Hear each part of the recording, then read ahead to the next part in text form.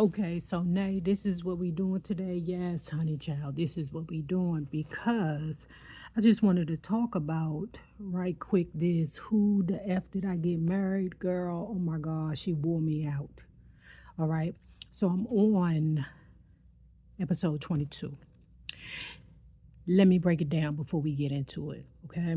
And y'all, for those of you who are not familiar with me, I always get compliments about me having great skin. It's because every night I wash my face and then I put this Eucerin on my face every night. And child, before the video be over, it'll be all soaked in real good. Okay, keeping away all the bags and shit, right? So anyway, everybody's been talking about the who the F did I get married to. All right. It's a young lady on TikTok. She was doing 10-minute videos about, or a 10-minute series about her encounter with a guy named Legion. I don't know if that's the dude's real name. I'm only on episode 22. So the first thing I noticed about the young lady was that she was stating that there were red flags that she was ignoring. But I'm like, honey, you're a red flag. I don't know you, lady. Shasta La Vista, I mean, girl power. But there were a lot of red flags with her. All right. But let me tell you the things first that I resonated with her. Okay. So she was online dating. Never. Don't do it because there's a whole bunch of predators on there who know that there are desperate women on there and they can find you so easy. Whatever it is that you say to them that you're looking for, they're going to mirror that back to you because they know that you're desperate. How do I know this? Because I met the worst ninja in the world on blackpeoplemeet.com and I was head over heels in love with this thing. Okay. So, anyway, she met a guy online. They arranged a date at Cheesecake Factory. I don't have a problem with Cheesecake Factory because that was me and my wife's first date. 20 years later, we still together. Okay, we did have some breaks in between. We still should be going through our breaks, but I mean, it is what it is. So, any rate, she had a date with a dude with the cheesecake. She had a date with the dude Legion for the Cheesecake Factory. She had a blowout. She made her way to a gas station. Okay, she called the dude. Look, my bad. I was on my way. I had a blowout. I'm at the gas station. The dude came in like Captain Saberho, changed her tire, and then recommended that she go around the corner to this tire place and bought her a new tire or another tire. Now, I don't know what her level of awareness is. I don't know. But let me say this.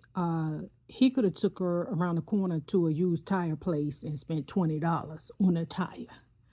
All right. She didn't stipulate whether the tire was brand new, used, whatever, but she was highly impressed by that. Nevertheless, they ended up at the Cheesecake Factory.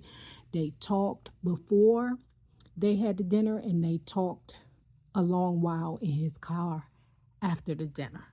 Okay. His car is important because he was driving a Ford Taurus at the time. She driving a Nissan Rogue. I don't have a problem with none of them cars, but it kind of says who she is and where she is mentally because you'll find out later. And I'm going to try to do 1 through 10 so y'all don't have to be so blown when you listen to it because she wore me out. All right. I'm going to put the link in the description bar. So anyway, they're liking each other. They're having good conversation. Then COVID hits. And she says that they had a conversation about quarantining. Okay. Because Atlanta or Georgia did shut down. Y'all know I'm from DC, but I'm living down here in Georgia right now. They came up with the idea that they should quarantine in her house in in her house at Clayco, in Clayco County in Riverdale, Georgia. He's living in Gwinnett County. I can't recall whether she specified the city, but he's living in Gwinnett in a studio apartment. Okay. She's living in Clayco in Riverdale in a townhouse where the rent is under $1,000. She could have knocked me over with a fucking feather. I said $1,000 that now? Now? Okay, now this is pre-COVID. Okay, this is BC. Not before Christ, but before COVID. And then you got BC and then you got AC. Before COVID, after COVID. Okay. So they shut us down for a minute. We were shut down for, I say, maybe a week, maybe 2 weeks, but not enough for you to have someone that you just met and y'all deciding to quarantine together in her house. I don't even know if they was dealing with each other for 3 weeks. It could have been about 3 weeks. It could have, right? But if you want to know exactly, you take a whole lifetime and listen to the whole series, okay? So, and then I'm like saying to myself, this is definitely a red flag because of the fact that why are you so pressed to quarantine with him? Why did he have to move in with you?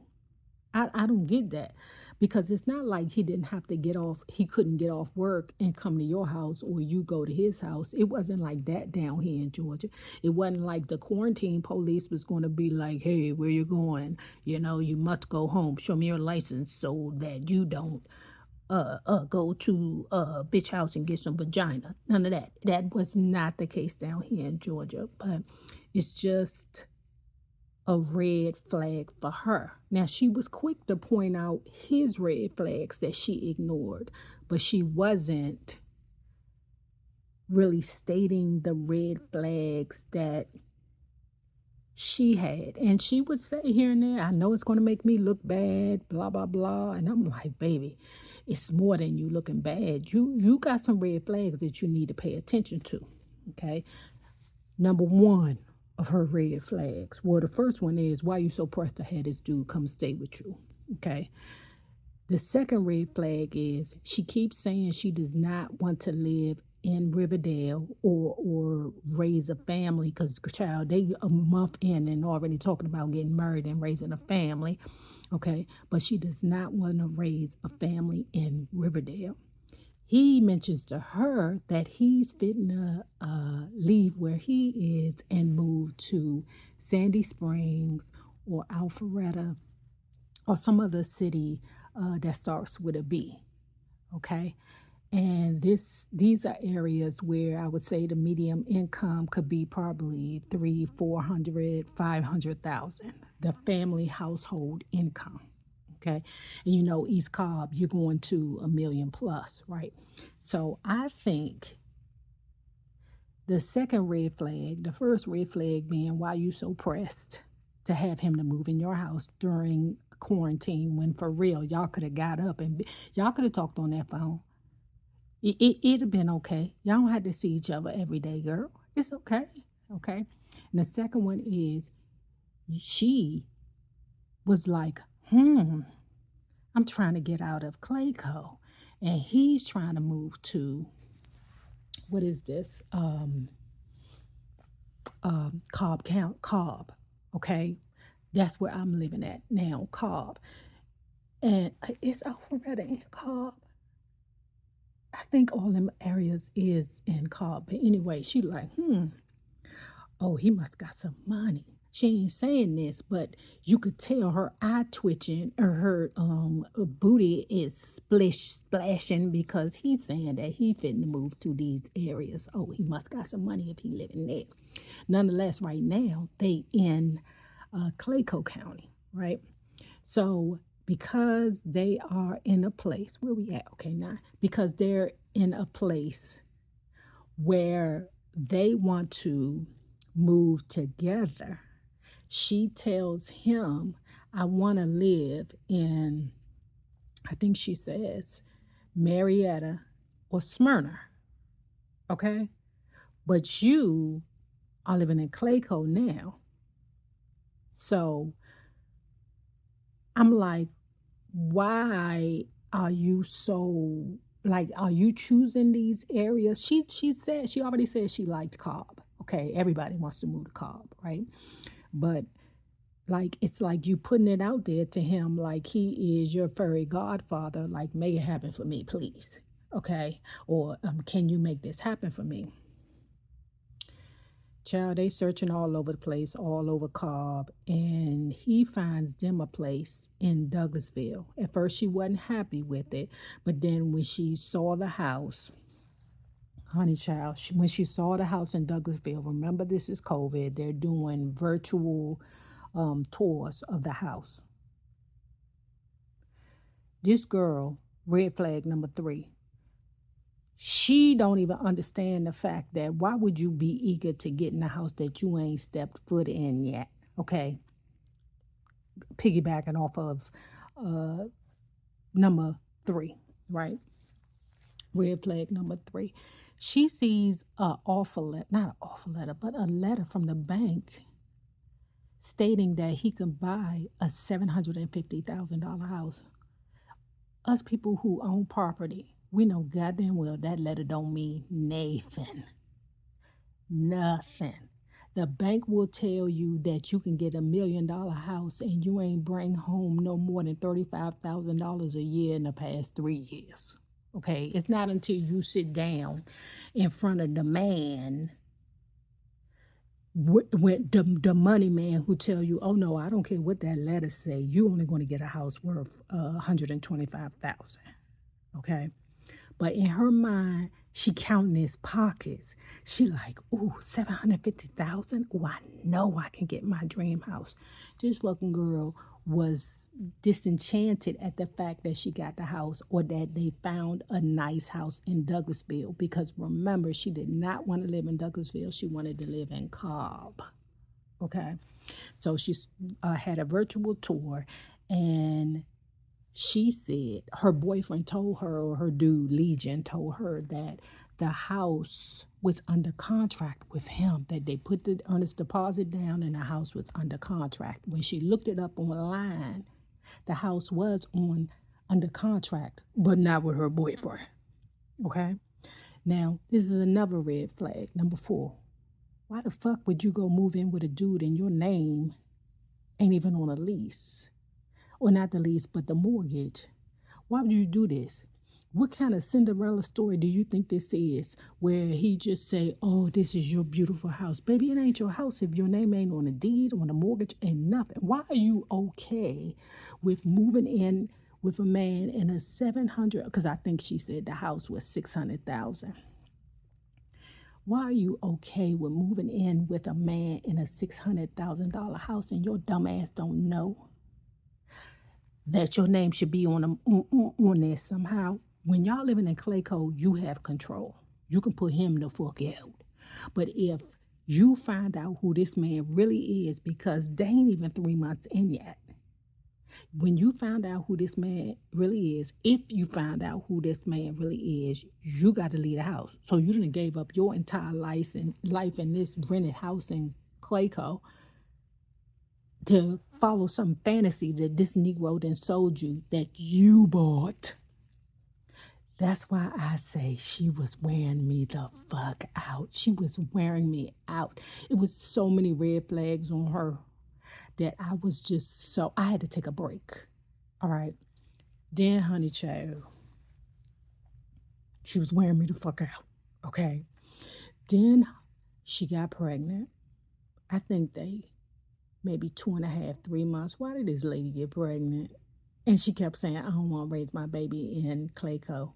So that's why they was putting a rush on buying a house in Douglasville. That didn't go through. Okay, because she found out on a humble that the house was under contract, not with her dude, but with some old white couple, child. She let him get away with the lie. You know why? Because the bitch I don't know you, lady. Because the bitch was still betting on that letter that said that he could buy a $750,000 house. And she wanted to have a baby by a man who had a letter. Fuck, that's what did I say, red flag? What red flag we on? Number 5? She wanted to have a baby with a man who had a letter that say that he could buy a $750,000 house. Red flag number 4. Lady, you don't know nobody that make fake pay stubs. You don't know nobody that write fake doctor's notes. He could have created that letter. I was through with her. It was like I wanted to jab her in her fucking throat. I was through with her. I had to take a break, girl. I had to take a break. But she let him get away with the lie, girl. But there's more. If you want more, I give you more. But as of right now, talking about it didn't wore me out. I got a headache. I'm going to bed. See y'all later.